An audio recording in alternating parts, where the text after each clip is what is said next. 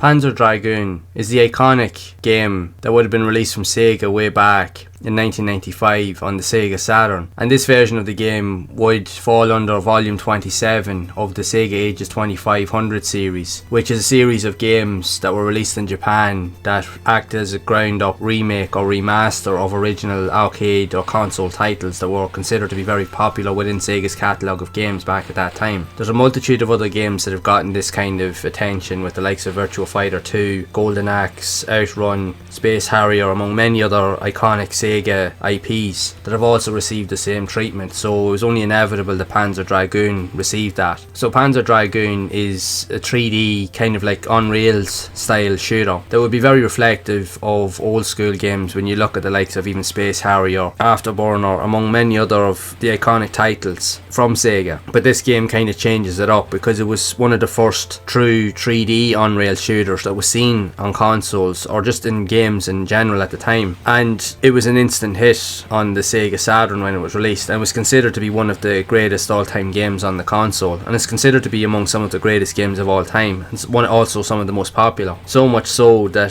to try and hunt down physical copies of any of the games in the Panzer Dragoon series, it's without a doubt one of the dearest games, or most expensive games that you can try and buy online these days. You will never buy this game cheap. It will cost you hundreds, in some cases maybe even thousands, to buy a copy of a really good copy or well sought after copy of the game. It's just as crazy how much the value of this game has gone up over the years, and it will continue to grow. And even the likes of this PlayStation 2 version, while you may be able to get it a wee bit cheaper if you can gain access to the Japanese version, which this one is, in time that value is going to increase on this game also. If it's anything like the original Sega Saturn versions, this version will increase in price as well. So with this game, it literally takes all of the elements seen in the original iconic game, but it just updates the visuals. Like, everything pretty much is the same, but the visuals and the gameplay style is just drastically improved and from a visual standpoint. But it does have some additional extras and bonus items in terms of sound effects and music tracks and so forth that kind of is used to set out and suit the newer version of the game. And the series would receive many spin-offs, so that's the reason why it's so iconic, but it's the first game that really started it all. But in saying that, like, for a 3D game for its time during the early days of the Sega Saturn, even with just 3D consoles, even when you look at the likes of the PlayStation, it was considered to be one of the best looking games on any console at that time. And even this version of the game as well, the graphics in it are very, very good. Like, for a PS2 title, it is a very, very good remake of an already really good looking game anyway. And if you're a fan of this classic,